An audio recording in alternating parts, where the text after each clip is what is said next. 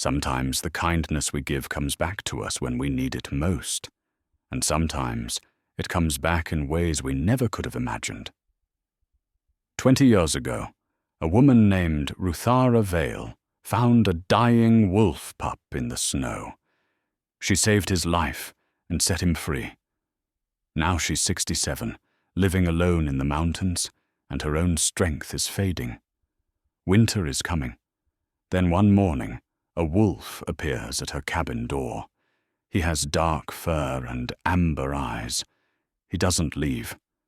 Strange things start happening in the forest around her home. Protective things. Things she can't explain. What does this wolf want after all these years? Before we jump back in, tell us where you're tuning in from. And if this story touches you, make sure you're subscribed, because tomorrow I've saved something extra special for you. The morning light came thin and pale through the pines, casting long shadows across the clearing where Ruthara Vale's cabin stood. She woke as she always did, slowly, with the stiffness that had become her constant companion over the past few years. Her joints protested as she swung her legs over the side of the narrow bed, and she sat there for a moment, letting her body remember how to move. 67 years was not old by modern standards, but up here in the Okanagan Highlands, where every task required physical effort and every winter tested your resolve, the years accumulated differently. They settled into your bones and made themselves known with each movement, each breath of cold mountain air. She stood finally, wrapping a worn wool blanket around her shoulders before shuffling to the wood stove. The cabin was small, just one main room with a sleeping alcove, a kitchen area that consisted of a propane burner and a dry sink, and shelves lined with glass jars filled with dried herbs and tinctures. The walls were chinked log, dark with age and smoke, and the floor was made of wide pine boards that creaked in familiar places. Ruthara knew every sound this cabin made. She had lived here for 23 years, first with her husband Malcolm, and then, for the last 15 years, alone. She coaxed the embers in the stove back to life, added kindling, then small splits of pine. The fire caught quickly, and she left the door open for a moment, watching the flames dance. Fire was both companion and necessity up here. Without it, these mountains would kill you before the first snow melted. While water heated for tea, she moved to the window and looked out at the clearing. The October morning was crisp and clear. Frost silvered the meadow grass, and the aspens on the far ridge had turned the color of old gold. In another few weeks they would be bare. In another month, the first serious snow would come. She had lived through 22 winters in this place. Each one had been hard. Each one had taught her something about survival, about solitude, about the difference between being alone and being lonely. The kettle whistled, and she made her tea. Pine needle and rose hip foraged from the forest around her cabin. The taste was sharp and clean, and it warmed her from the inside. She had learned herbalism from necessity after Malcolm died. The nearest town was 40 miles away, down a dirt road that became impassable for half the year. When you lived this far from help, you learned to heal yourself, or you didn't survive. Her shelves held the evidence of that learning. Jars of arnica for bruising, comfrey for wounds, willow bark for pain, dried yarrow and elderberry, tinctures of echinacea and usnea lichen. She had taught herself, from books Malcolm had owned, from trial and error, from watching what the animals ate when they were sick. People came to her sometimes in the warmer months. Word had spread, quietly, that there was a woman in the highlands who knew plants, who could help with things the doctors in town either couldn't fix or charged too much to treat. She never advertised, never sought it out, but she didn't turn people away either. They would arrive on foot or horseback, carrying their ailments and their stories, and she would listen and offer what she could. It gave her a small income, enough for supplies, for the few things she couldn't grow or make herself, but mostly it gave her a sense of purpose beyond simple survival. Still, the visitors were rare. Most of her days were spent alone, and that was how she preferred it. Or at least, that's what she told herself. After her tea, she dressed in layers: long underwear, wool pants, a flannel shirt, a thick sweater Malcolm had worn. His clothes had outlasted him, and she wore them without sentimentality now. They were simply warm, and warmth mattered more than memory when the temperature dropped below freezing. She pulled on her boots and stepped outside. The cold hit her immediately, sharp and bracing. Her breath misted in front of her face. She stood on the porch for a moment, letting her eyes adjust, letting her body wake fully to the day. The cabin sat in a natural clearing, surrounded on 3 sides by dense forest: Douglas fir, lodgepole pine, western larch. To the east, the land opened up into a meadow that sloped down toward a creek. Beyond that, the mountains rose in layers, ridge after ridge, fading into blue distance. It was beautiful in a way that never lost its power. Even after all these years, she could stand here and feel something close to awe. She had been a forest ranger once, assigned to this very territory.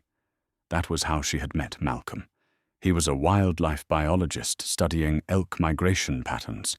They had fallen in love in these mountains, married in a small ceremony in town, and built this cabin together with their own hands.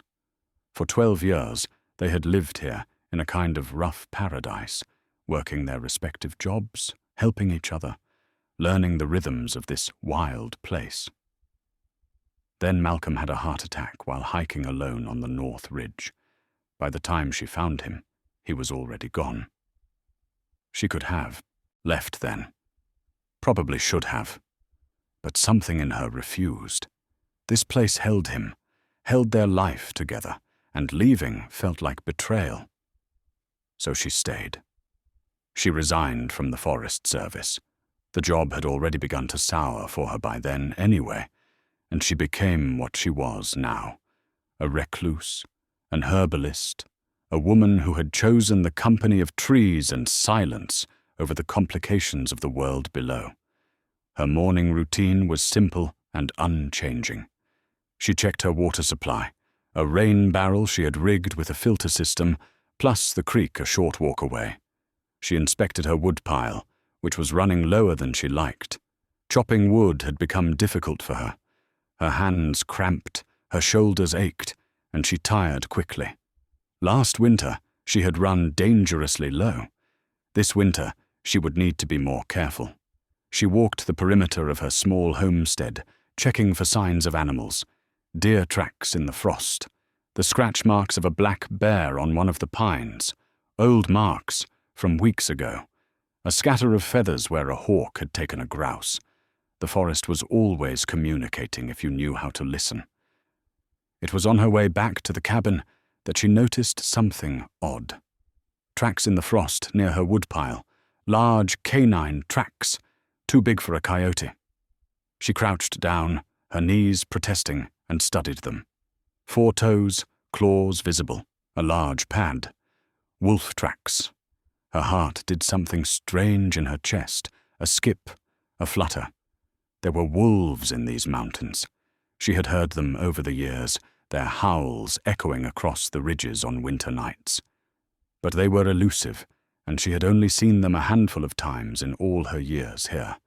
They avoided humans, generally, kept their distance. These tracks were fresh, within the last few hours, and they circled her cabin. She stood slowly, looking around the clearing with new awareness. The forest suddenly felt less empty. She had the distinct sensation of being watched, though she saw nothing, heard nothing unusual. After a moment, she shook her head and went inside. Wolves were just animals. There was no reason to feel unnerved. But that night, as she lay in bed, listening to the wind move through the pines, she thought about the tracks, and she thought about something else, something she hadn't let herself remember in a long time. 20 years ago, when she was still a ranger, there had been a terrible storm in late March.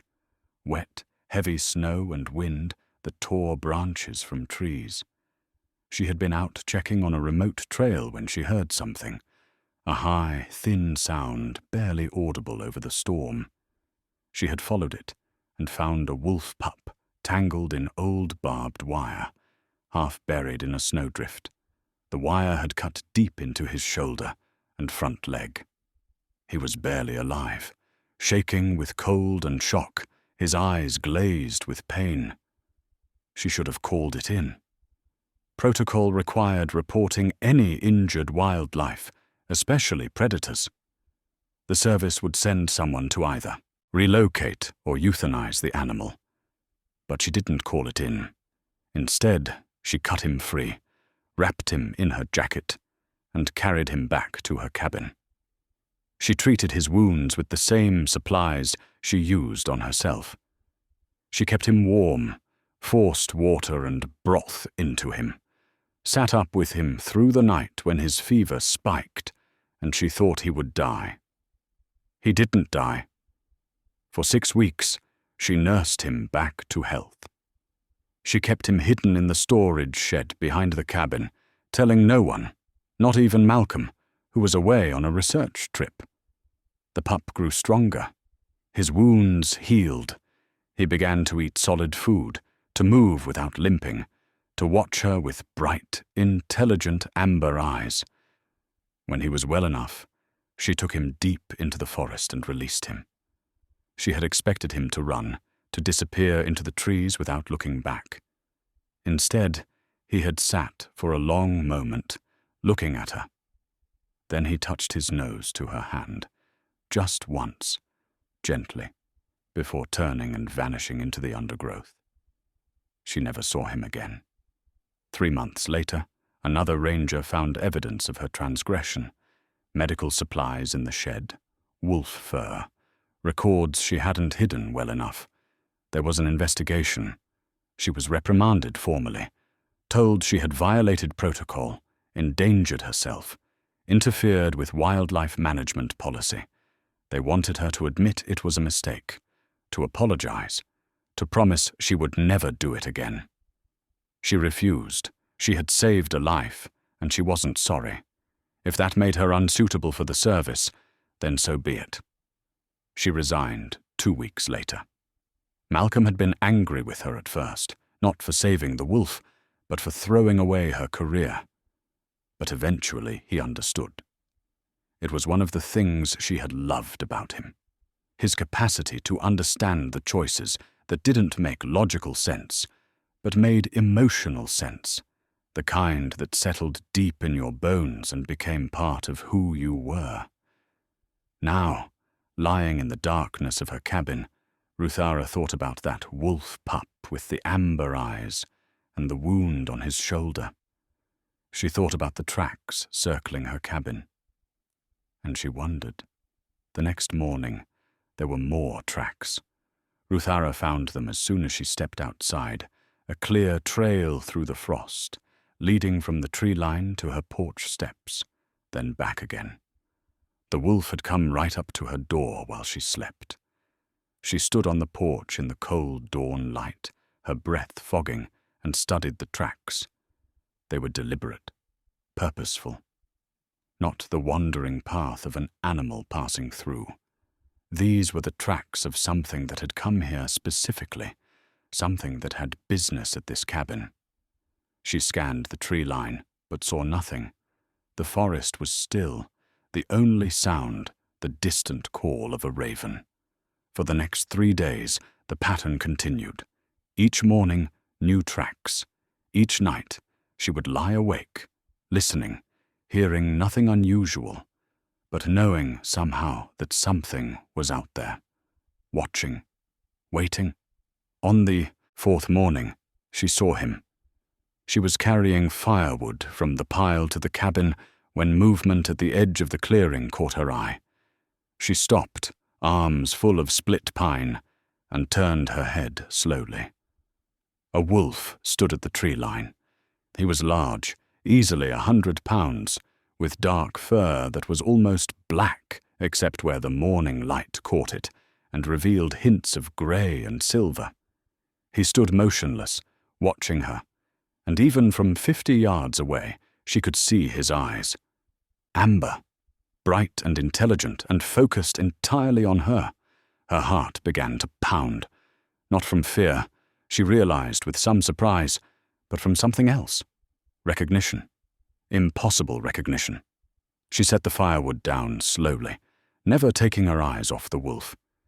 He didn't move, didn't retreat or advance, just stood there, as if waiting for something.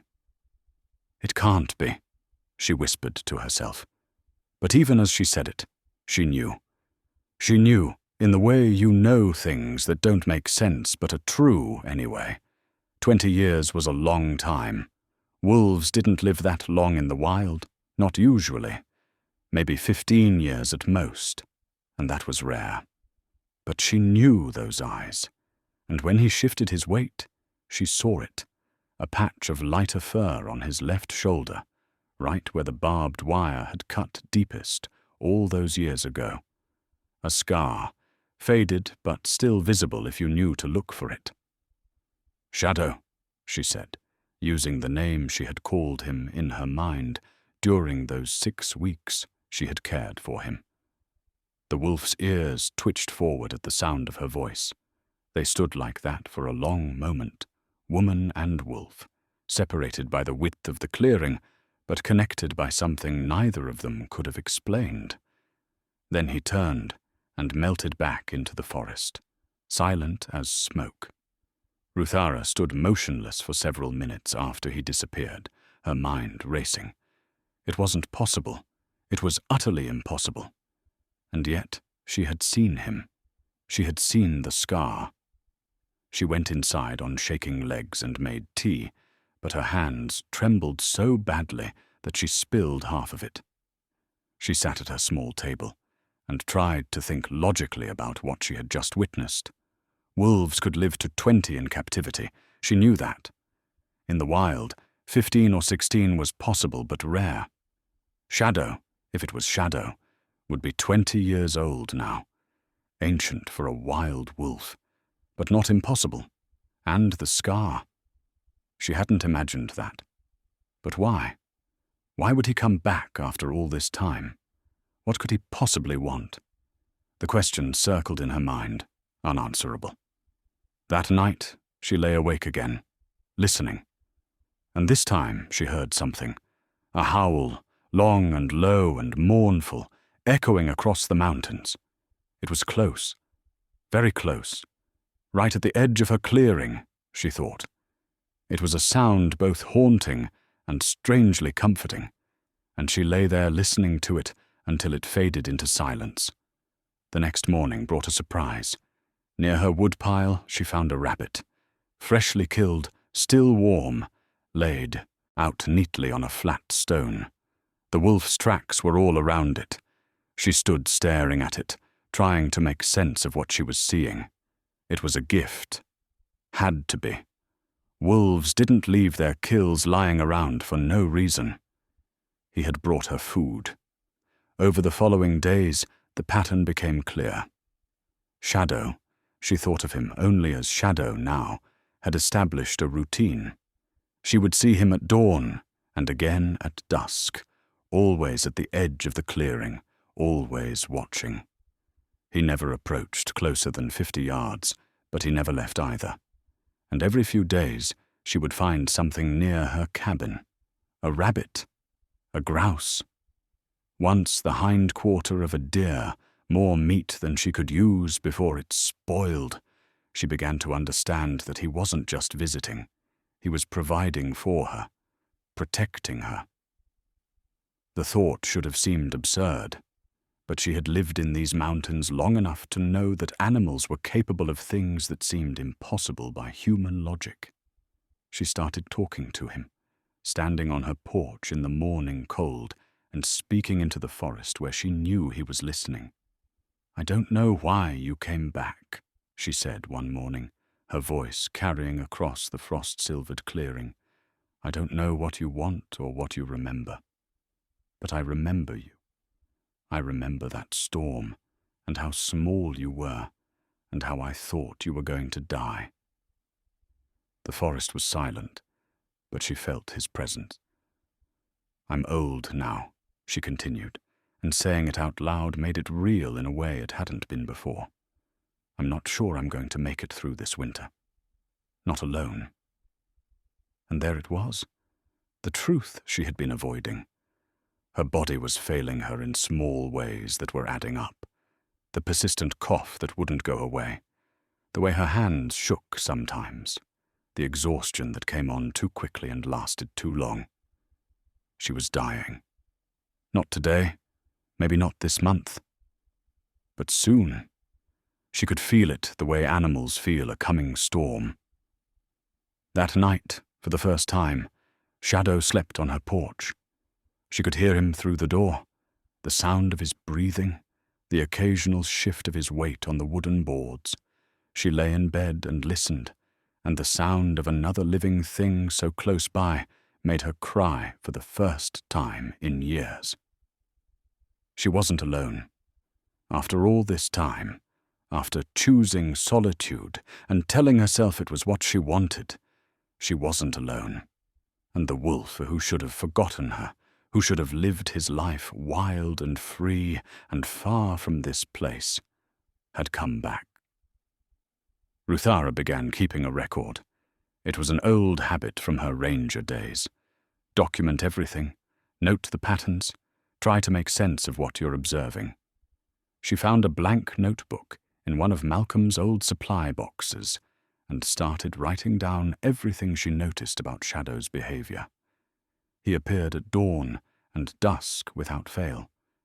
During the day, she sometimes caught glimpses of him moving through the forest, patrolling in what seemed to be a wide circle around her cabin. At night, he slept on her porch or just at the edge of the clearing, close enough that she could hear him if she listened carefully. The gifts of food continued. She tried not to accept them at first, her pride bristling at the idea of being cared for like an invalid. But practicality won out. Her energy for hunting and foraging was limited now, and the meat he brought was fresh and clean. She took what she needed and left the rest for the scavengers. She also began mapping his movements on an old topographical map she had from her ranger years. She marked the places where she saw him, the trails he seemed to favor, the areas where she found his tracks. A pattern emerged. He had established a perimeter around her property, a protective boundary that he maintained with the discipline of a sentry. Sitting at her table one afternoon, studying the map, she let her mind drift back to those 6 weeks, 20 years ago, when Shadow had been a patient in her care. She remembered the night she had found him. The storm had been fierce, one of those late-season blizzards that came in hard and mean, dumping wet snow that clung to everything. She had been checking a remote section of trail, making sure the emergency shelters were stocked and secure before the worst of it hit. The sound had been faint, nearly lost in the wind. A high-pitched whine, repetitive and desperate. She had almost missed it. Following the sound, she had found him in a small ravine, half buried in snow. The barbed wire was old fence line, left over from when ranchers had tried to graze cattle in these highlands decades ago. Most of it had been removed, but some still remained in forgotten corners of the forest. He had somehow gotten tangled in it, and in his panic to escape, he had wrapped it tighter around himself. The wire had cut through his fur and into muscle. His left shoulder and front leg were worst, the wire embedded so deeply she could barely see it under the blood and matted fur. He was in shock, his breathing rapid and shallow, his eyes glazed. She had knelt in the snow beside him and made a decision that changed her life. Using her multi-tool, she had carefully cut the wire away, piece by piece, trying not to cause more damage. He was too weak to fight her, which was both a blessing and a terrible sign. When she finally freed him, he simply lay there, shaking. She had wrapped him in her jacket, her good winter coat, the one Malcolm had saved up to buy her, and carried him back to her cabin. He couldn't have weighed more than 20 pounds, but in the storm, fighting through deep snow, it felt like 50. Malcolm was in Seattle for a conference, not due back for another week. The isolation that usually felt comfortable suddenly felt like a gift. She could do what needed to be done without explaining, without arguing, without anyone stopping her. The storage shed behind the cabin had become Shadow's recovery room. She had insulated it as best she could, set up a heat lamp powered by their generator, made a bed of old blankets. She cleaned his wounds with the same antiseptic she used on her own cuts, applied antibiotic ointment, wrapped them carefully. That first night, she thought he would die. His temperature was too low, his breathing erratic. She sat beside him for hours, checking his pulse, adjusting the heat lamp, talking to him in a low, steady voice. "You're going to be all right," she told him, not believing it herself. "You're tough. You survived this long. You can survive a little longer." Near dawn, his temperature started to rise. Too much. Fever now instead of hypothermia. She gave him aspirin crushed in water, forced it down his throat with an eyedropper. She kept him cool with damp cloths, checked his wounds for signs of infection.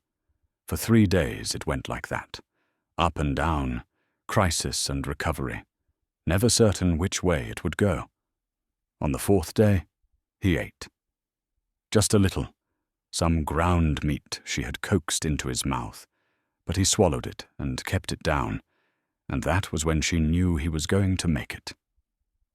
After that, recovery was slow but steady. She changed his bandages twice a day, monitored his wounds for infection, gradually increased his food. She talked to him constantly, narrating everything she was doing, the sound of her voice seeming to calm him. He never tried to bite her. Even when she must have been hurting him, cleaning the wounds, changing the bandages, he would just watch her with those amber eyes, as if he understood she was helping. She named him Shadow because of how quietly he moved, even injured, and because he seemed to exist in a space between wild and tame, never fully either. When 6 weeks had passed and his wounds had healed to pale scars, she knew it was time. He was stronger now, moving without a limp, eating well. He needed to return to the wild before he became too accustomed to her. She had taken him deep into the forest, miles from her cabin, to a place she knew had good hunting and few human visitors. She opened the carrier she had transported him in and stepped back. He had emerged slowly, cautiously, sniffing the air. Then he looked at her. For a long moment, they had simply regarded each other. Woman and wolf, ranger and wild animal, savior and saved. Then he had done something she had never forgotten. He stepped forward and pressed his nose to her hand, a gentle touch, there and gone in an instant. A gesture that felt like gratitude, like acknowledgement, like goodbye. Then he turned and disappeared into the trees, and she never expected to see him again. Now, sitting in her cabin 20 years later, Ruthara touched the old topographical map and traced the perimeter Shadow had established around her home. He had remembered. Somehow, across 20 years and whatever life he had lived in that time, he had remembered. And now he had come back. Outside, the sun was setting, casting long shadows across the clearing. She stood and went to the window.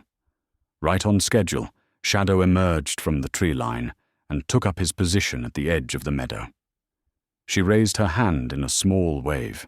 His ears swiveled toward her, and even from this distance, she could see him watching. "I remember too," she whispered. Owen Briggs arrived on the last Thursday of October, as he did every month when the road was passable. Ruthara heard his truck grinding up the dirt track long before she saw it. The old Ford made a distinctive sound, and noise carried far in the mountain silence. She was sitting on her porch, a blanket wrapped around her shoulders, when he pulled into the clearing. Shadow had vanished into the forest at the first sound of the engine, but she knew he was watching from somewhere in the trees. Owen climbed out of the truck, a man in his early 50s with a weathered face and kind eyes. He had been delivering mail to the remote homesteads in these mountains for 15 years, and he had known Ruthara for most of that time. He was one of the few people she considered a friend. "Morning, Ruth," he called out, using the shortened version of her name that only he was allowed. "How are you holding up?" "Still breathing," she replied, which was her standard answer. He carried a small box of supplies up to the porch, things she had ordered from town, delivered to the post office, and brought up by Owen as a favor. She paid him for the service, but they both knew he would have done it anyway. "You look thin," he said, studying her with concern. "Are you eating enough?" "I'm eating fine. Because I can bring more supplies next month. Martha sent some of her preserves. I've got them in the truck." Martha was Owen's wife, a woman Ruthara had met exactly 3 times, and who, for reasons Ruthara didn't fully understand, seemed determined to mother her from a distance. "That's kind of her," Ruthara said, "but I'm managing." Owen set the box down and sat on the porch steps, uninvited, but welcome. This was part of their routine. He would sit, they would talk for a while, and he would assess whether she was really all right or just pretending to be. "Road's going to close soon," he said. "Another few weeks, maybe less if we get an early snow. You've got enough supplies to last through?" "I always do." "Wood?" She hesitated, and he caught it. "How much do you have left?" "Enough," she said, but they both knew it was a lie. "Ruth, you can't." "I know," she interrupted. "I know it's not enough. I'm working on it." He looked at her for a long moment, then nodded. Owen was good at reading when to push and when to let things go. "I can bring you up a cord next trip. Won't take long to unload." "I can pay you." "I know you can. We'll settle up in the spring." She nodded, grateful and embarrassed in equal measure. Pride was a luxury she couldn't afford anymore, but it died hard anyway. They sat in comfortable silence for a while, looking out at the clearing. The aspens on the ridge were nearly bare now, just a few gold leaves clinging to the branches. The air had that particular quality of late autumn, crisp and clean, with an edge that promised winter. "I've been seeing a wolf," Ruthara said finally. Owen turned to look at her. "That so?" "He's been around for a couple weeks now. Stays close to the cabin." "How close?" "Close. He sleeps on the porch at night." Owen's eyebrows went up. "That's unusual." "Yes." "You think he's sick?" "Sometimes when they're rabid." "He's not sick," she said firmly. "He's healthy, strong. Just old." "Old?" She told him then, breaking her silence about something she had kept to herself for 20 years. She told him about finding the wolf pup in the storm, about nursing him back to health, about releasing him into the wild. She told him about the investigation, the reprimand, her resignation. Owen listened without interrupting, which was one of the things she appreciated about him. When she finished, he was quiet for a long moment. Then he said, "You think it's the same wolf?" "I know it is. I saw the scar." "Ruth, that was 20 years ago. Wolves don't—" "I know what wolves do and don't do," she said, "and I know what I saw." He studied her carefully, and she could see him trying to decide whether this was evidence of declining mental state or just another example of the strange things that happened in these mountains when you paid attention. "All right," he said finally. "Say it is the same wolf. What does he want?" "I don't know, but he's been leaving me food, and he watches the cabin like he's guarding it." Owen rubbed his jaw thoughtfully. "You know this sounds, I know how it sounds. But you're sure?"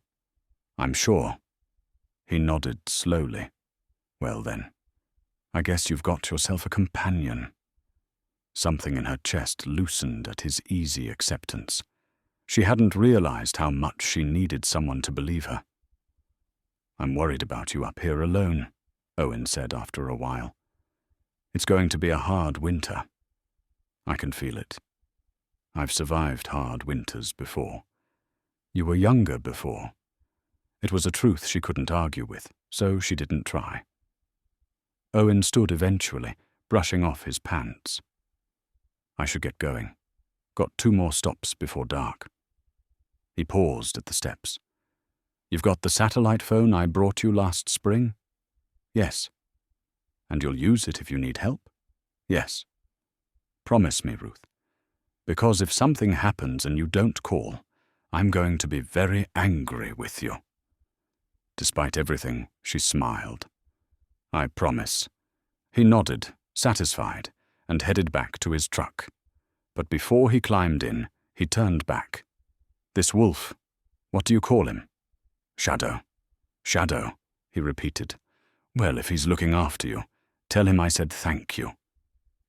After Owen left, Ruthara sat on the porch until the sound of his truck faded completely.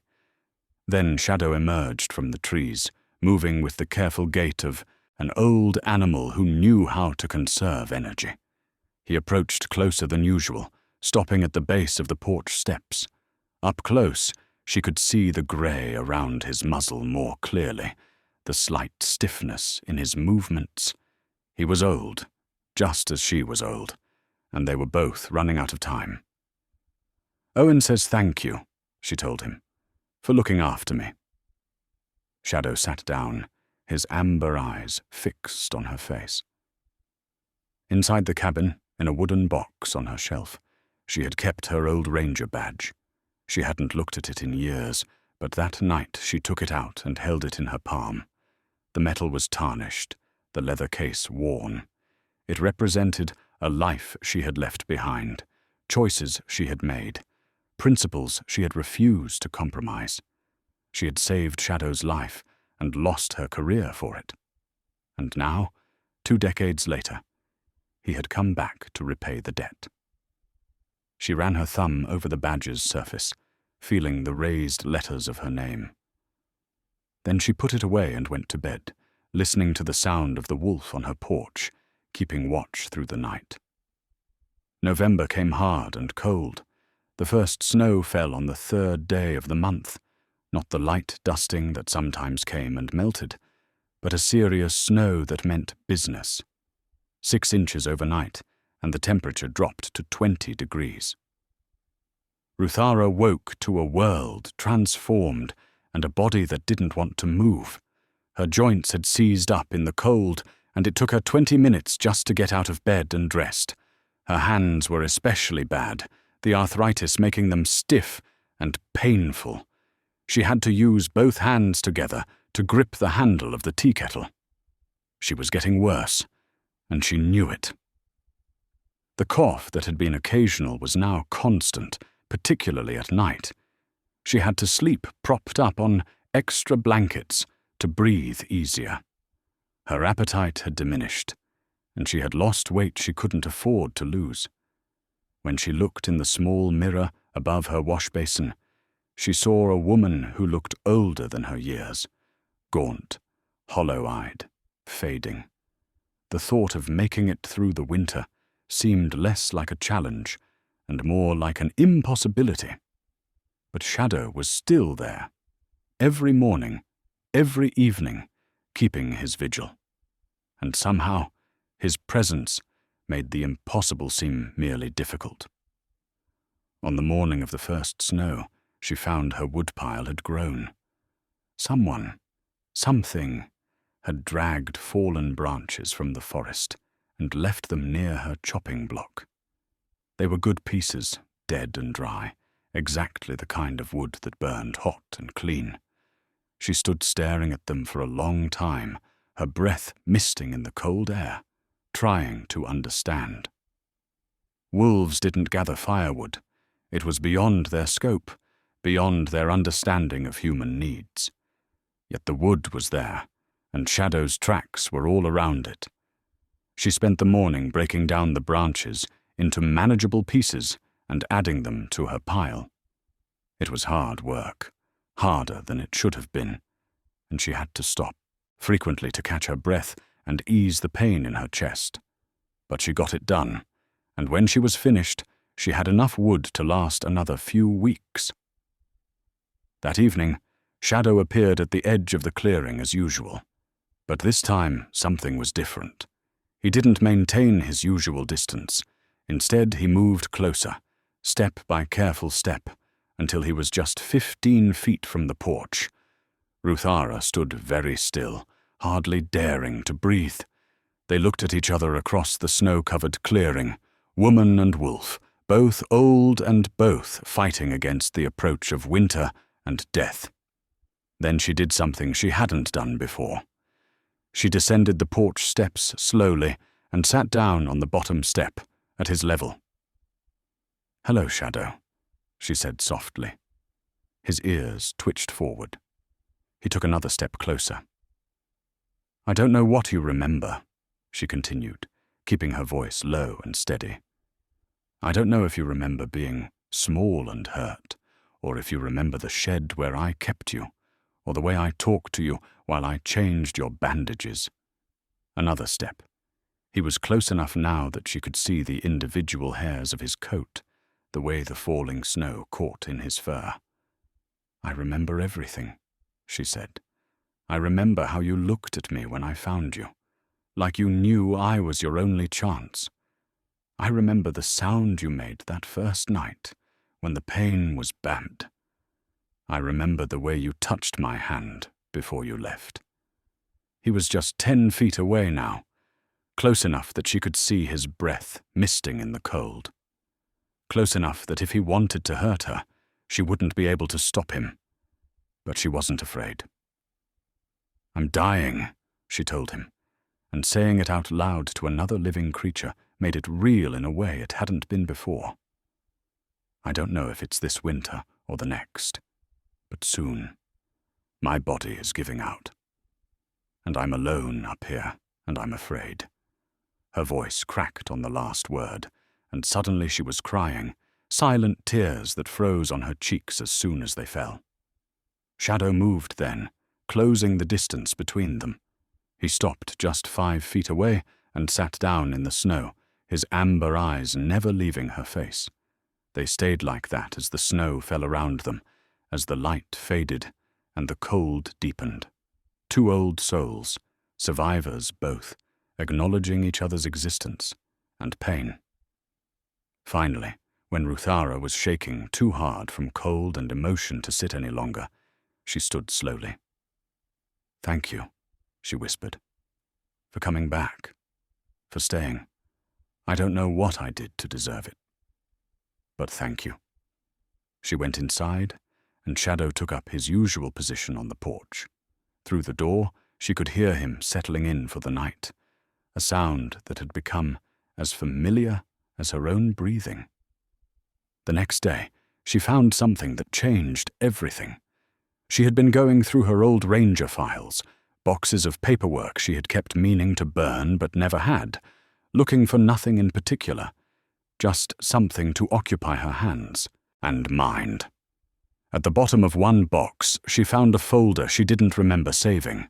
Inside was a report from the Forest Service, dated 19 years ago. The header read, "Wildlife Tracking Study, Okanogan Highlands Wolf Reintroduction Program." Her hands started shaking as she read. The report detailed a program she had vaguely been aware of during her last years as a ranger, an effort to track and monitor the wolves that had been reintroduced to the region. The animals were fitted with tracking collars that transmitted data on their movements, hunting patterns, and survival rates. There was a section on individual subjects, each identified by a collar number, and there, on page 7, she found him. Subject GH-247, male, recovered injured as pup, March 2004, released after medical intervention by R. Vale, fitted with tracking collar upon release. Her breath caught. They had known. After she released him, someone from the service had found him and fitted him with a collar. Had they been looking for him specifically? Had her unauthorized intervention been more documented than she realized? She kept reading, her heart pounding. The collar had transmitted data for 12 years before the signal was lost, and the data showed something extraordinary. Subject GH-247 had established a territory in the Okanogan Highlands and never left it. His range was unusually small for a male wolf, only about 50 square miles, and it was centered on one specific location: her cabin. For 12 years, Shadow had lived within a 50-mile radius of this place. The report noted this as unusual behavior, possibly indicating what the biologist called site fidelity, or possible human imprinting. There was a handwritten note in the margin, barely legible. Subject demonstrates unprecedented territorial consistency and protective behavior patterns. No mate observed, no pack formation. Requires further study. The signal had been lost 7 years ago, and the report concluded that the collar had likely failed, or the subject had died. But he hadn't died. He had just lived beyond the reach of their tracking, beyond their observation, all while maintaining his watch over this place. Over her. Ruthara sat at her table, the report spread out before her, and understood finally what Shadow had been doing all these years. He hadn't forgotten. He hadn't moved on.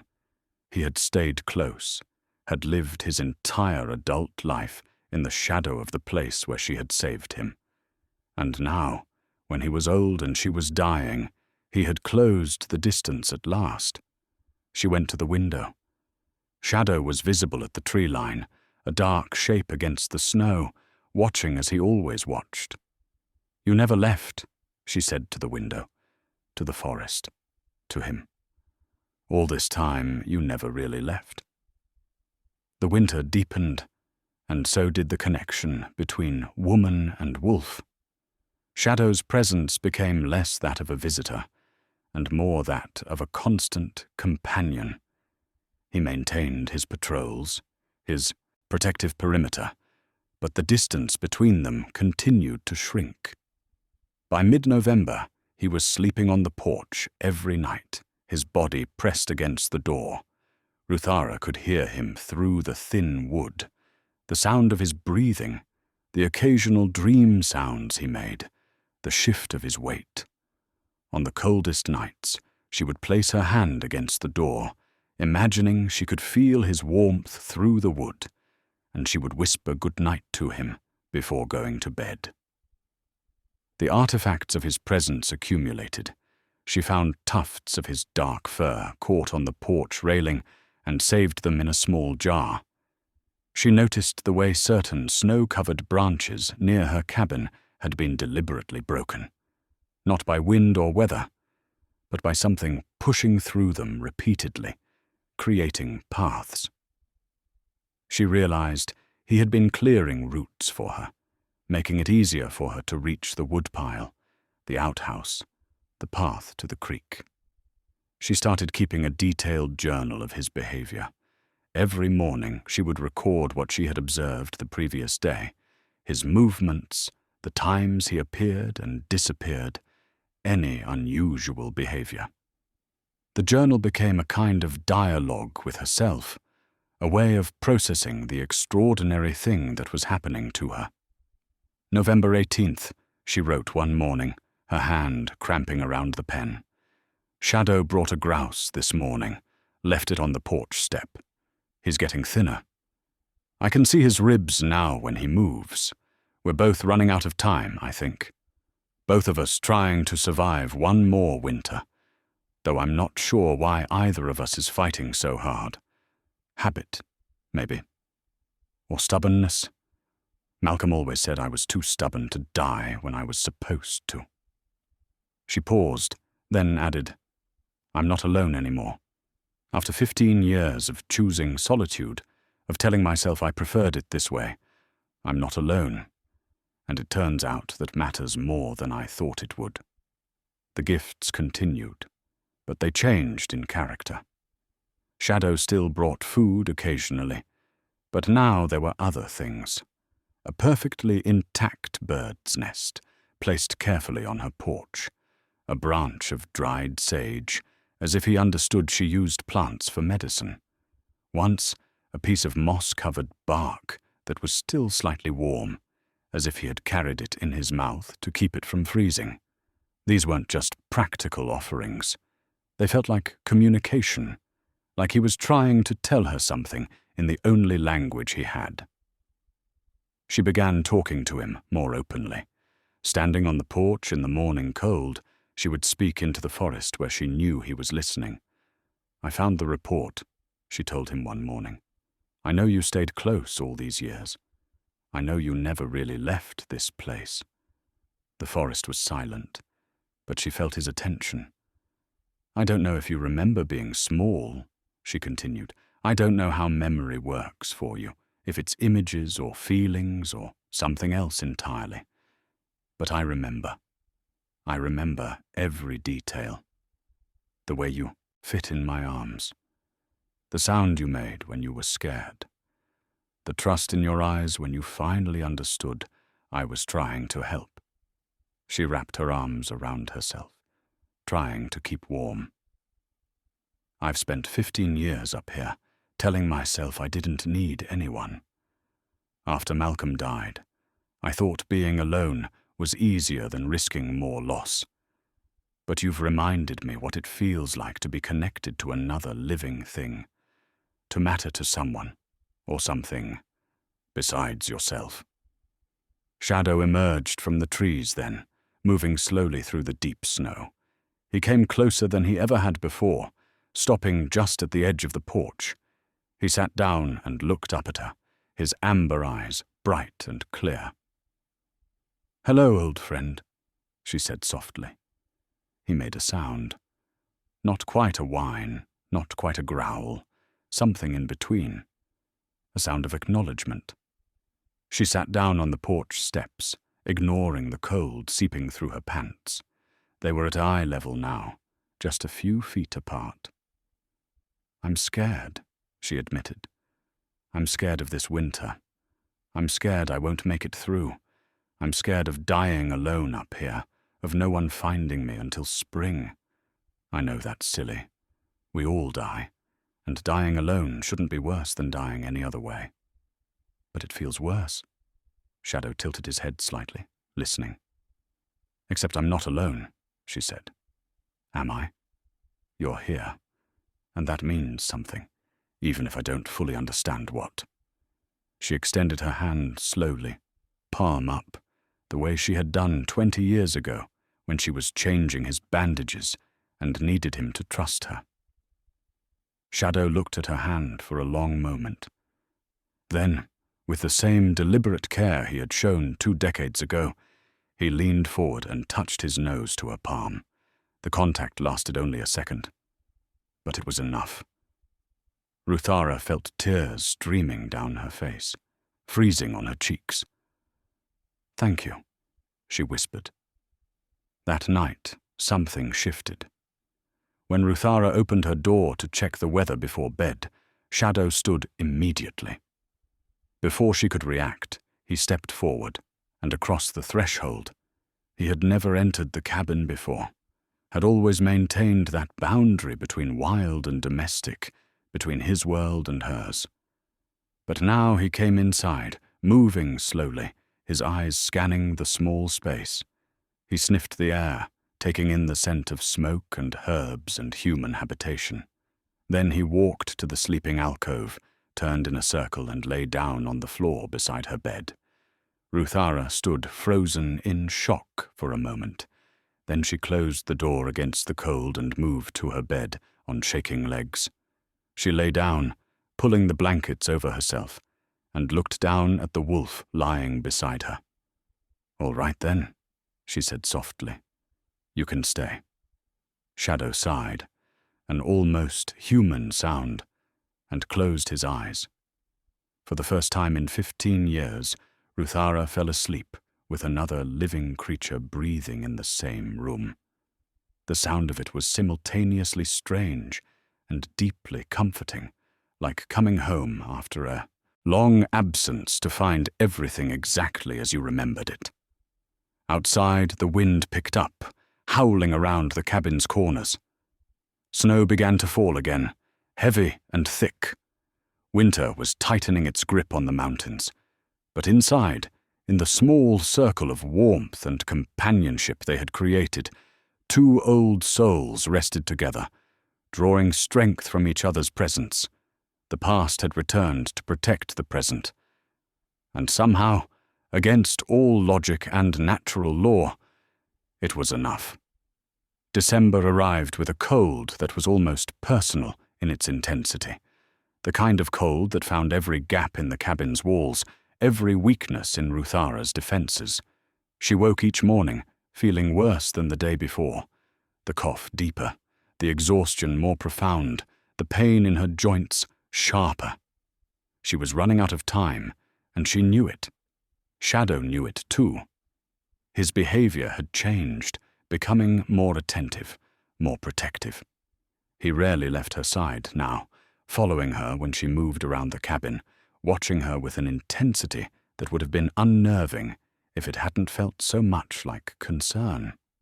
On a grey afternoon, when the temperature hadn't risen above 0 all day, Ruthara decided to search through the last of Malcolm's old storage boxes. She was looking for a particular medical manual she remembered him having, hoping it might have information about treating respiratory infections without antibiotics. The boxes were stacked in the corner of the cabin, covered with dust and years of accumulated neglect. She had avoided them for a long time. They held too many memories, too much grief. But desperation made her brave. In the third box she opened, beneath a layer of old field guides and research notes, she found a manila folder she didn't recognize. The tab was labeled simply, GH247. Her hand started shaking as she pulled it out. GH247. Shadow's tracking collar designation. The folder was thicker than she expected.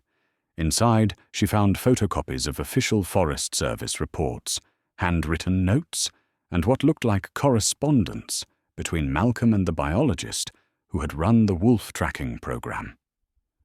Ruthara sat down slowly, the folder in her lap, and began to read. The first document was dated 3 months after she had released Shadow, June 2004. It was a letter from Malcolm to Dr. Sarah Brennan, the lead biologist on the tracking project.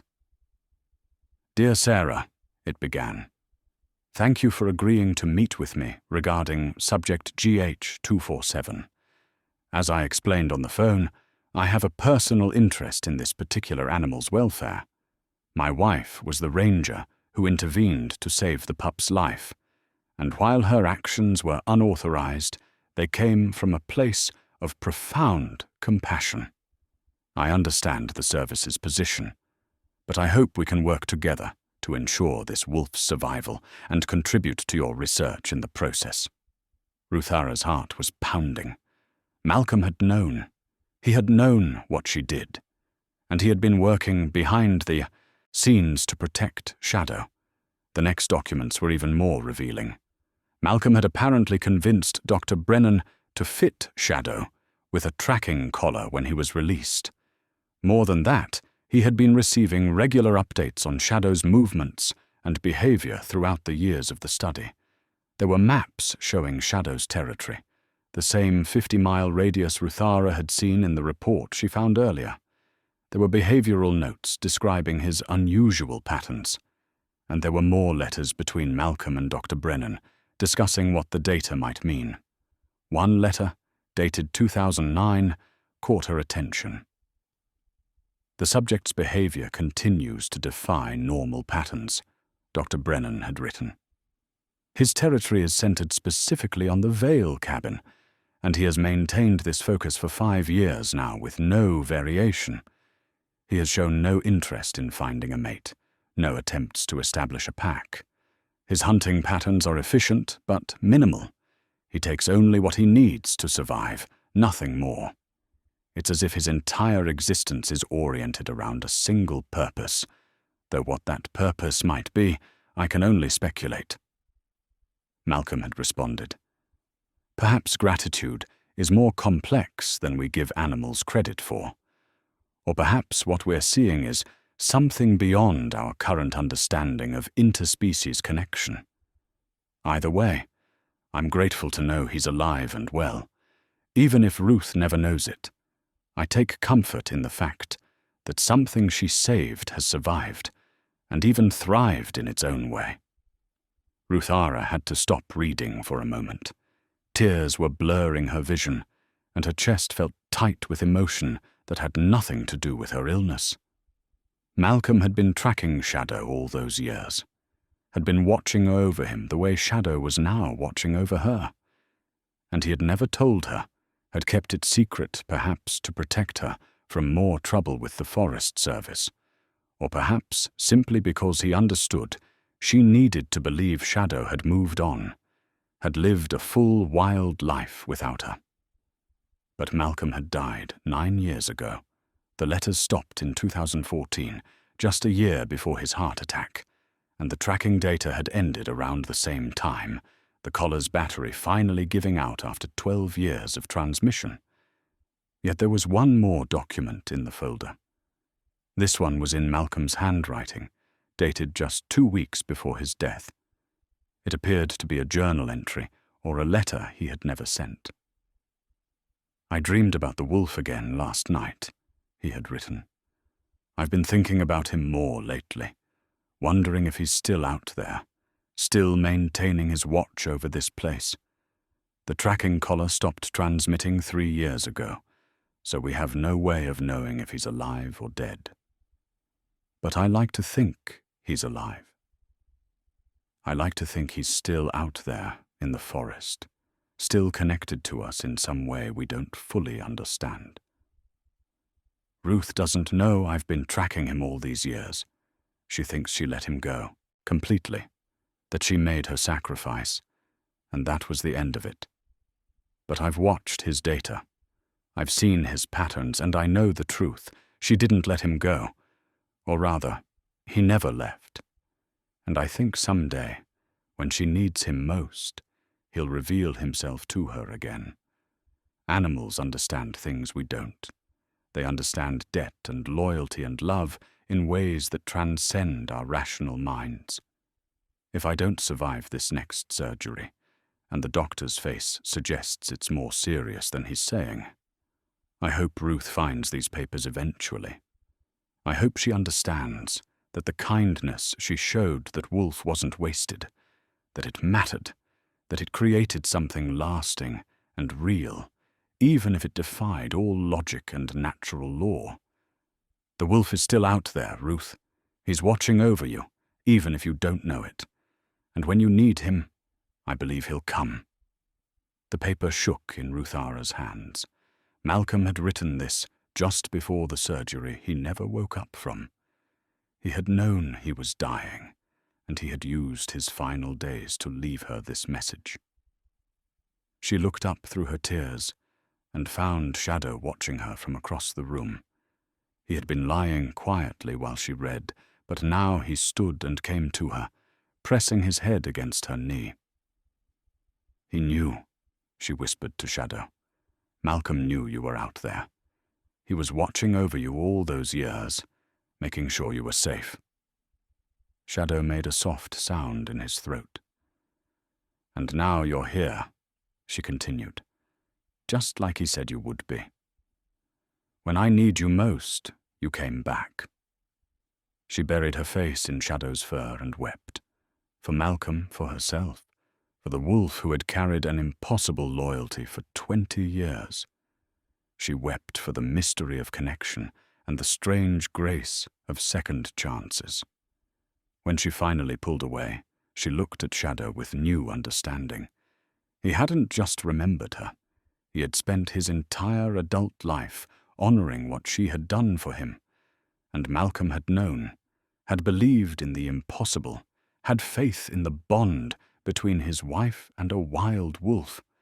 "Thank you," she whispered, not sure if she was talking to Shadow or to Malcolm's memory. "Thank you for believing. Thank you for staying." Outside, the wind howled around the cabin, and snow began to fall again. But inside, Ruthara felt something she hadn't felt in a long time. Not quite hope, but something close to it. A sense that she wasn't facing the winter alone, that the universe had given her one last gift before the end. The impossible had returned, and with it, a reason to keep fighting. The blizzard came 3 days later. Ruthara woke to a world that had disappeared. The windows showed nothing but white, not falling snow visible against a grey sky, but complete whiteout, the kind where you couldn't tell where the ground ended and the air began. The wind was a living thing, screaming around the cabin with a fury that made the walls shake. She could feel the building straining against it, hear the timbers creaking with the stress. She had seen bad storms before, but this was different. This felt apocalyptic. Shadow was pressed against the door, whining softly. Even he seemed disturbed by the intensity of the storm. Ruthara's fever had spiked during the night. She had woken several times, drenched in sweat despite the cold, her lungs burning with each breath. The cough that had been her constant companion had evolved into something worse. A deep, rattling sound that brought up blood-flecked phlegm. She was dying. Not someday soon, but now. This storm would be the end of her. The thought should have terrified her, but instead she felt a strange calm. After all these years of fighting, of surviving, of maintaining her stubborn grip on life, she was simply tired, ready to let go. She pulled herself out of bed with tremendous effort and shuffled to the window. The cabin was already drifting over with snow. She could see it piling against the walls, creeping up toward the window frame. By tonight, she would be completely buried. Shadow whined again, more insistently. "I know," she said to him, her voice barely a whisper. "It's bad." She moved to her small desk and pulled out paper and a pen. Her hands were shaking badly, from fever, from weakness, from cold, but she managed to write. "Owen," she began, "if you're reading this, it means I didn't make it through the winter. Don't feel bad. I'm ready to go, and this is where I wanted to be when it happened. Please don't let anyone blame the wolf. His name is Shadow, and he's been keeping me company these last months. He's old and probably won't survive the winter either, but if he does, leave him be. He's earned his peace." She paused, struggling to find the words for what came next. 20 years ago, I saved his life. I broke the rules to do it, and lost my career because of it. I've never regretted it, not for one moment. And these last few months, having him here, have been the greatest gift I could have asked for.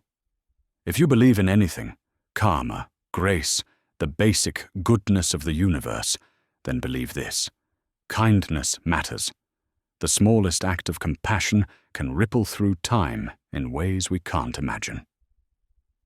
Thank you for being my friend, Owen. Thank you for checking on me all these years. Tell Martha her preserves were delicious. Don't mourn me too much. I had a good life. I loved deeply. I lived by my principles. I spent my last days in the company of something wild and beautiful that chose to be near me. That's more than most people get. With love and gratitude, Ruth. She folded the letter carefully and left it on the table where it would be found.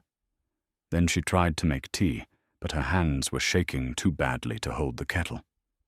She gave up and sat down in her rocking chair, pulling blankets around herself. Shadow came and lay at her feet, pressing his warm body against her legs. "I'm sorry," she told him. "I'm sorry I'm not stronger. I'm sorry I can't make it through this with you." The fever was climbing higher. She could feel it burning through her, consuming what little strength she had left. Her vision was starting to blur at the edges, and her thoughts were becoming disconnected, dreamlike. She dreamed of Malcolm, young and strong, laughing as they built this cabin together.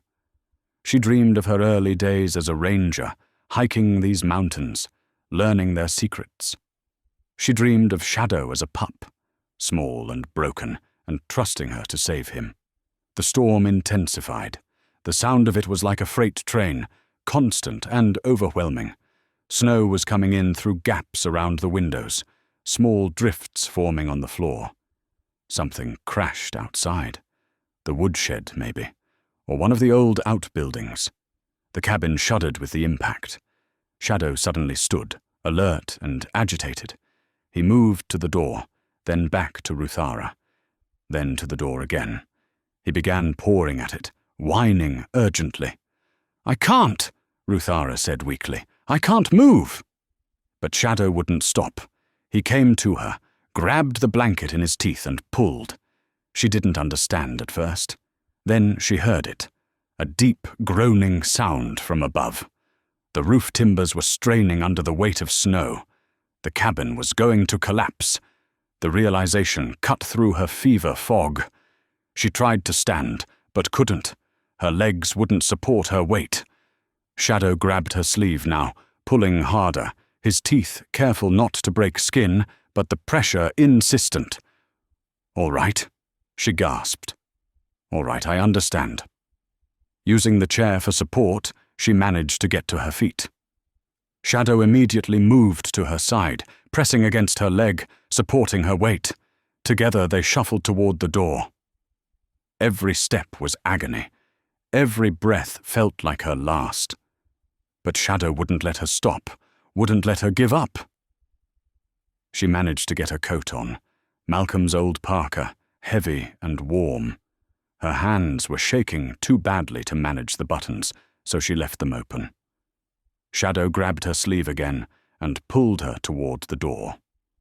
She opened it, and the storm hit her like a physical blow.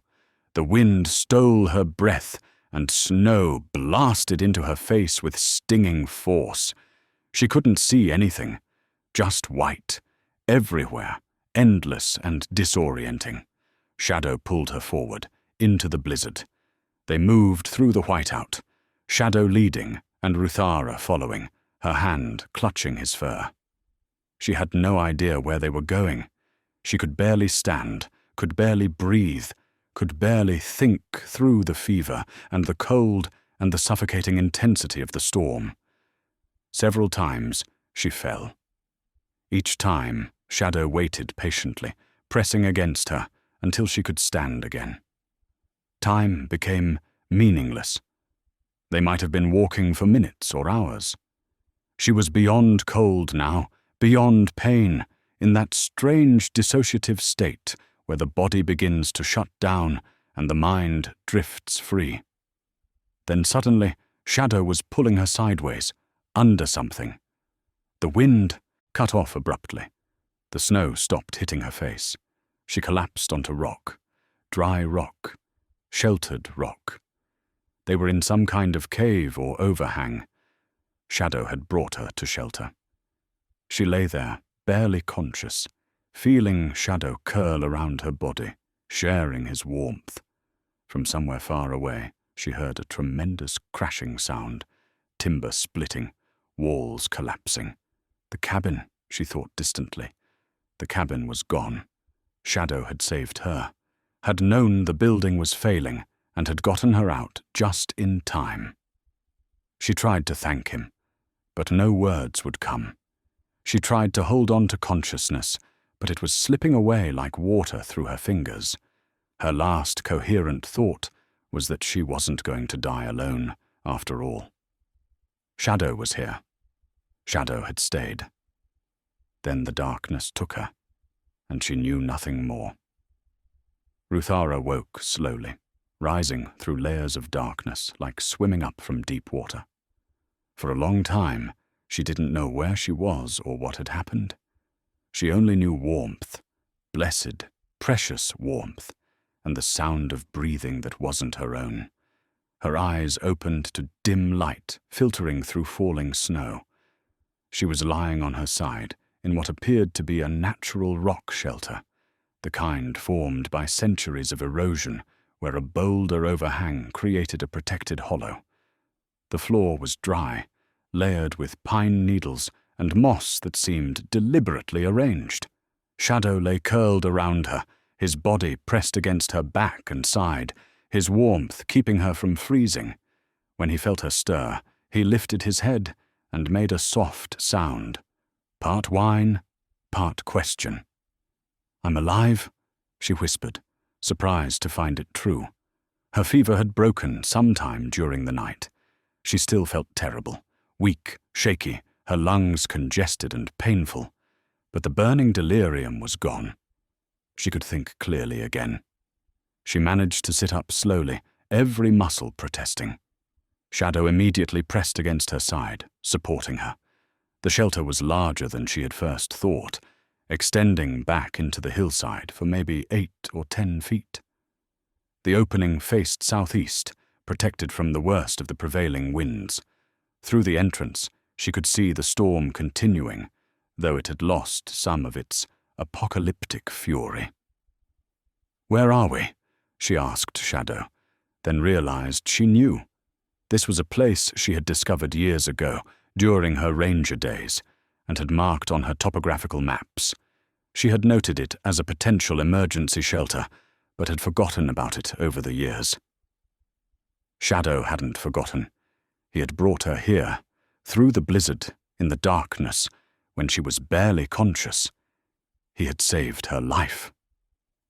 She looked around the shelter more carefully, and realized Shadow had been preparing it. The pine needles and moss that lined the floor were too evenly distributed to be natural.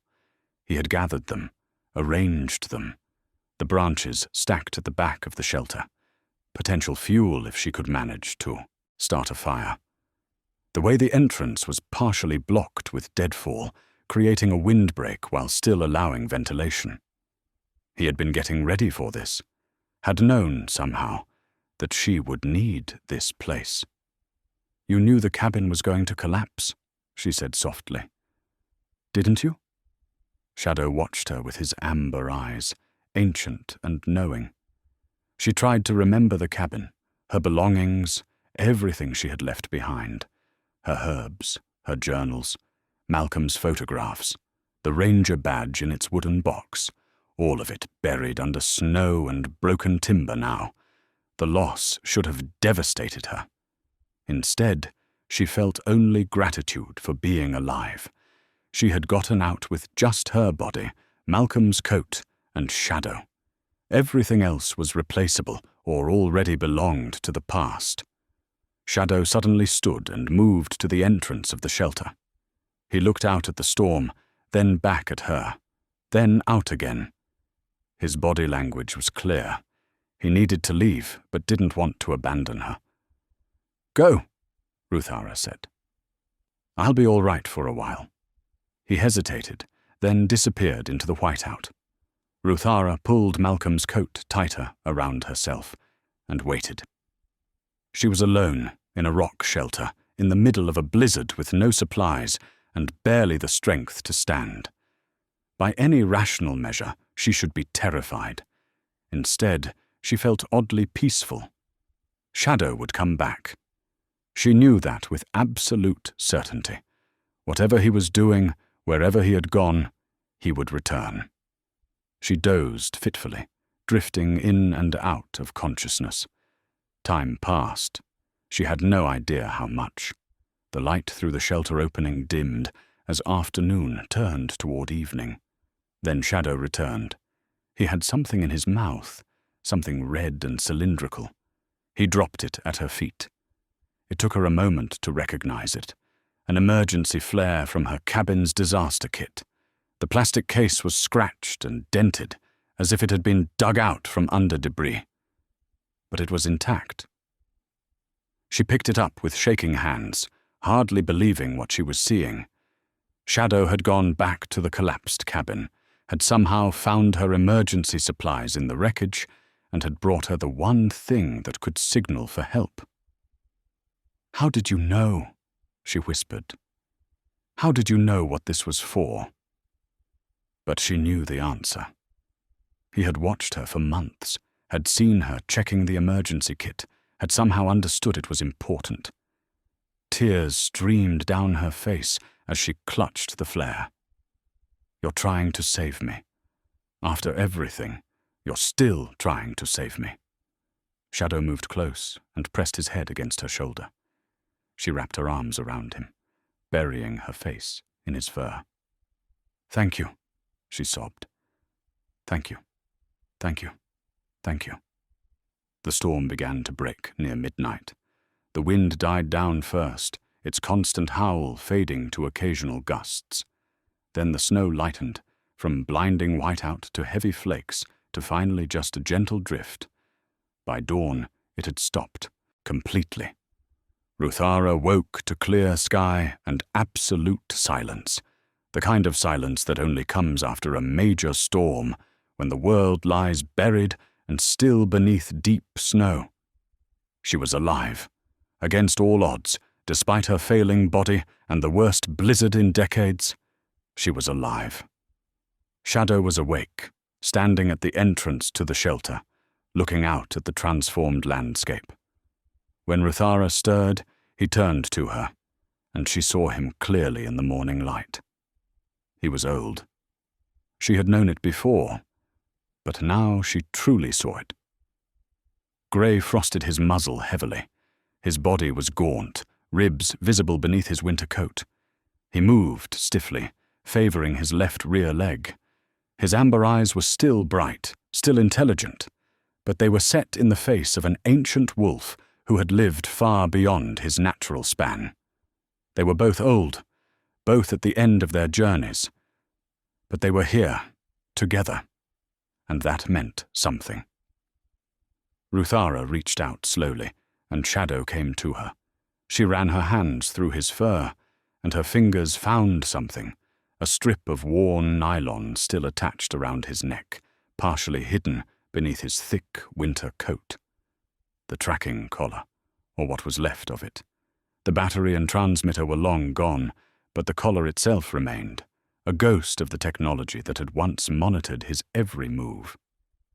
"GH247, she said softly, reading the faded numbers on the collar's tag. "Subject GH247, that's what they called you." She fumbled with the buckle, her cold, stiffened fingers clumsy, but eventually she got it open. The collar came free, and she held it in her hands. This artifact of connection, this proof that everything she had remembered and believed was real. "You don't need this anymore," she told Shadow. "You're free. You've always been free." She set the collar aside and looked into Shadow's eyes. For a long moment, they simply regarded each other, woman and wolf, two survivors who had found each other twice across 20 years.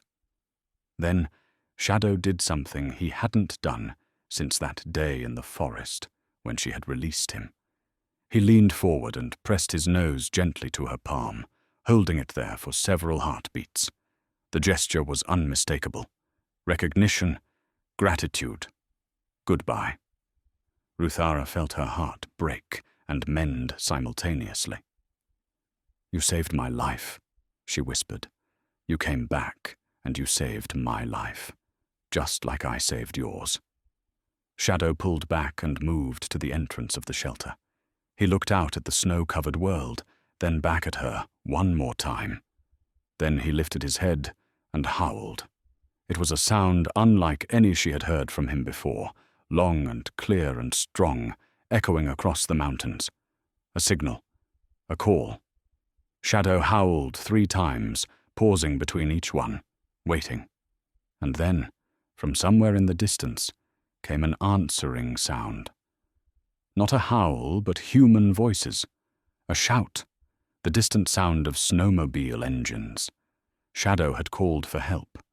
Somehow, impossibly, he had found a way to bring help to her. Within minutes, she could see movement on the ridge above the shelter. Figures on snowmobiles, cutting through the deep drifts. As they drew closer, she recognized the lead rider, Owen Briggs, bundled in winter gear, his face creased with worry. Shadow watched them approach, then looked at Ruthara one last time. Their eyes met, and in that moment, she understood.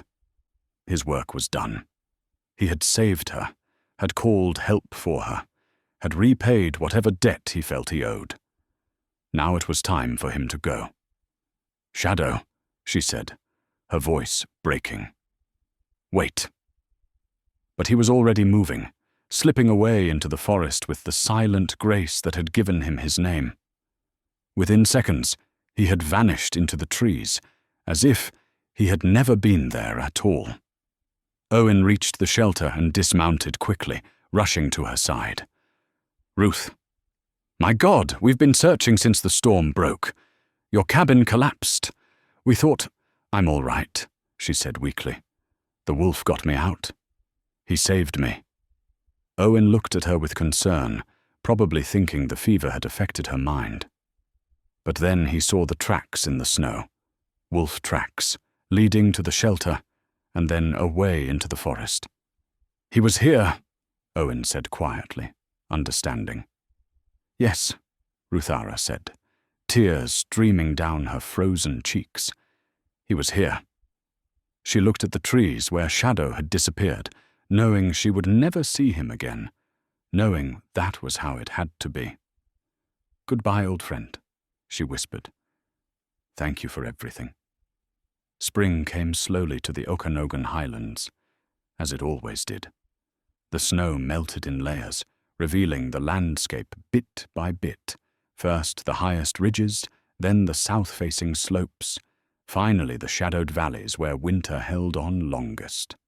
Ruthara had spent 3 months in the valley town, recovering in a small clinic that Owen and Martha had found for her. Pneumonia, the doctors said. Severe malnutrition, hypothermia. She was lucky to be alive. She didn't feel lucky. She felt like someone who had been given something precious and then had it taken away before she was ready to let go. The doctors wanted her to stay in town, to move into assisted living, to accept that her days in the mountains were over. She smiled and nodded and agreed to think about it. But she knew the truth. She was going back. Owen drove her up the mountain road on a bright morning in late April. The truck bounced and jolted over the winter-damaged track, and with every mile, Ruthara felt something in her chest loosen and expand. The air smelled right. Pine and thawing earth and possibility. The cabin site was a disaster. The roof had collapsed completely under the snow load, taking most of the walls with it. Her belongings were either buried or destroyed. The place where she had lived for 23 years was now just a heap of broken timber and twisted metal. But Owen had been busy, with help from other valley residents who had been moved by her story. He had cleared the site and begun construction on a new cabin, smaller than the original, but well built and insulated, with a proper foundation and a reinforced roof designed to handle heavy snow loads. People wanted to help, Owen explained, as he showed her around. When word got out about what happened, about the wolf, everyone wanted to be part of it. "We've got enough donations to finish the cabin and stock you with supplies for a full year." Ruthara couldn't speak.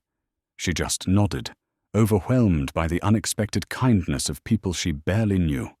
Martha had furnished the cabin with simple but sturdy pieces: a good bed, a table and chairs, shelves for her herbs and books. The wood stove was new and efficient. The windows were double-paned against the cold. There was even a small solar panel system to provide basic electricity, and outside, mounted on a post beside the door, was a wooden sign, hand-carved, the letters deep and clear: Shadow's Watch. "Owen made it," Martha said, coming to stand beside Ruthara. "He thought it was fitting, since the wolf watched over you." Ruthara traced the carved letters with her fingers, tears blurring her vision. "It's perfect," she whispered. She moved back in on a Tuesday, carrying the few belongings that had been salvaged or replaced. It felt both strange and completely right to be here again, in this place that had nearly killed her, but had also given her the greatest gift of her life. That first night, she sat on the new porch as the sun set, watching the shadows lengthen across the clearing. The forest was coming alive after winter. Birds calling, small animals rustling through the undergrowth, the creek running high with snowmelt. She didn't expect to see Shadow.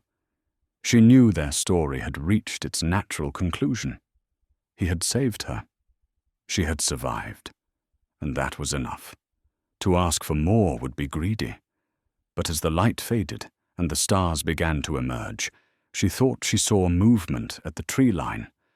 A dark shape, four-legged and familiar, standing motionless in the gathering dusk.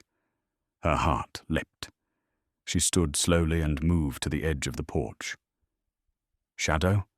she called softly into the twilight. The shape moved forward just a few steps, and she saw him clearly in the last of the light. Older still, thinner still, but unmistakably him. His amber eyes caught the dying sun and glowed. They looked at each other across the clearing, woman and wolf, both unlikely survivors of a winter that should have killed them both. Then Shadow sat down, there at the edge of the forest, and Ruthara understood. He hadn't left. He had simply returned to his watch, maintaining his protective distance, continuing the vigil he had kept for 20 years. She sat down on the porch steps, at his level, and spoke into the gathering darkness. "I'm back," she said. "I'm home, and I'm going to be all right." Shadow's ears swiveled toward her voice. "Thank you," she continued, her voice thick with emotion. "Thank you for remembering. Thank you for coming back. Thank you for saving me when I needed it most." The wolf tilted his head slightly, listening. "We saved each other, didn't we?" Ruthara said softly. 20 years ago, and again this winter. We saved each other." Shadow stood then, and for just a moment, she thought he might come closer. Instead, he turned and melted into the shadows of the forest, becoming one with the darkness. But she knew he was there. She could feel his presence, his continued watch over this place, and over her. She sat on her porch as the stars emerged one by one, as the night sounds of the forest rose around her, and she felt something she hadn't felt in a very long time. Contentment. Not happiness exactly, not the absence of loss or grief, but something deeper. A sense of being exactly where she was supposed to be, doing exactly what she was supposed to do. Living. Surviving. Connected by invisible threads to the wild things around her, and to one wild thing in particular. Shadow would watch over her, and she would live her remaining days in the knowledge that kindness, given freely, without expectation of return, could create bonds that transcended time and logic and even death itself. The mountains had taught her many things over the years, but this was the greatest lesson, that love, in all its forms, was the most powerful force in the world, and that sometimes, if you were very lucky, it came back to you when you needed it most. In the forest, a wolf howled, long and low and beautiful, a sound of acknowledgement, of connection, of promises kept.